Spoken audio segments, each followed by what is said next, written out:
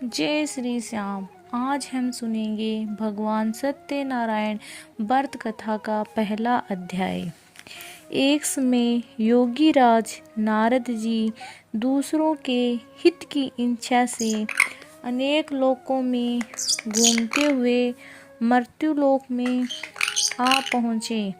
यहाँ अनेक योनियों में जन्मे हुए प्राय सभी मनुष्यों को अपने कर्मों द्वारा अनेक दुखों से पीड़ित देखकर सोचा, किस यत्न करने से निश्चित ही मानवों के दुखों का नाश हो सकेगा।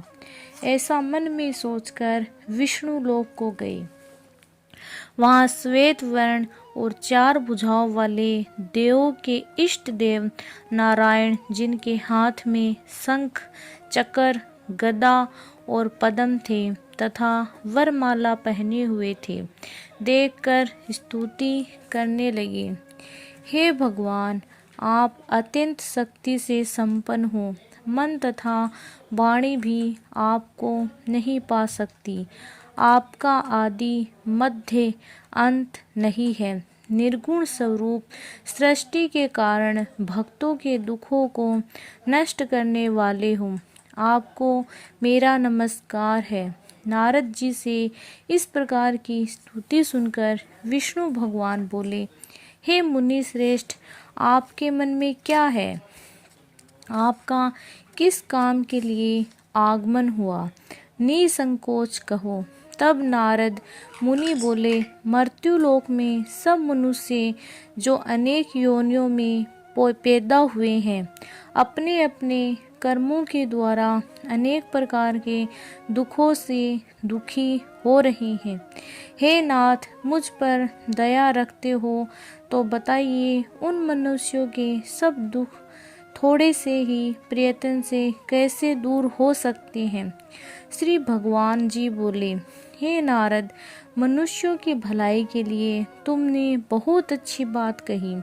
जिसके करने से मनुष्य मोह से छूटते हैं वह मैं कहता हूँ। सुनो, पुण्य देने वाला स्वर्ग तथा मर्त्युलोक दोनों में दुर्लभ एवं उत्तम व्रत है।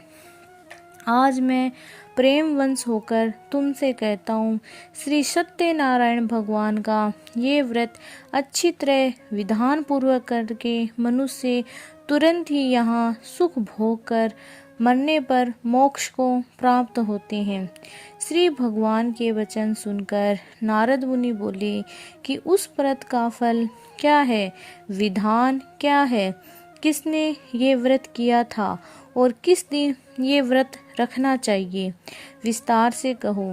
भगवान बोले, दुख शोक आदि को दूर करने वाला, धन धान्य को बढ़ाने वाला, सौभाग्य तथा संतान को देने वाला ये व्रत सब स्थानों पर विजय करने वाला है। भक्ति और श्रद्धा के साथ किसी भी दिन मनुष्य श्री सत्यनारायण जी की शाम के समय ब्राह्मणों और बंधुओं के साथ धर्मपरायण होकर पूजा करे। भक्ति भाव से नैवेद्य, केले का फल, घी, दूध और गेहूं का चूर्ण सवाय लेवे।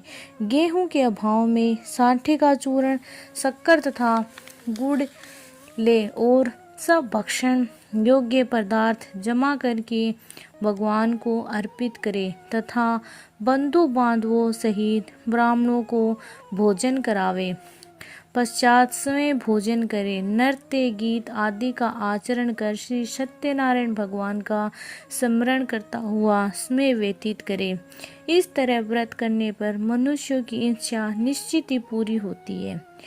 विशेषकर कली काल में मर्त्युलोक पर भी ये मोक्ष का सरल उपाय है। जय श्री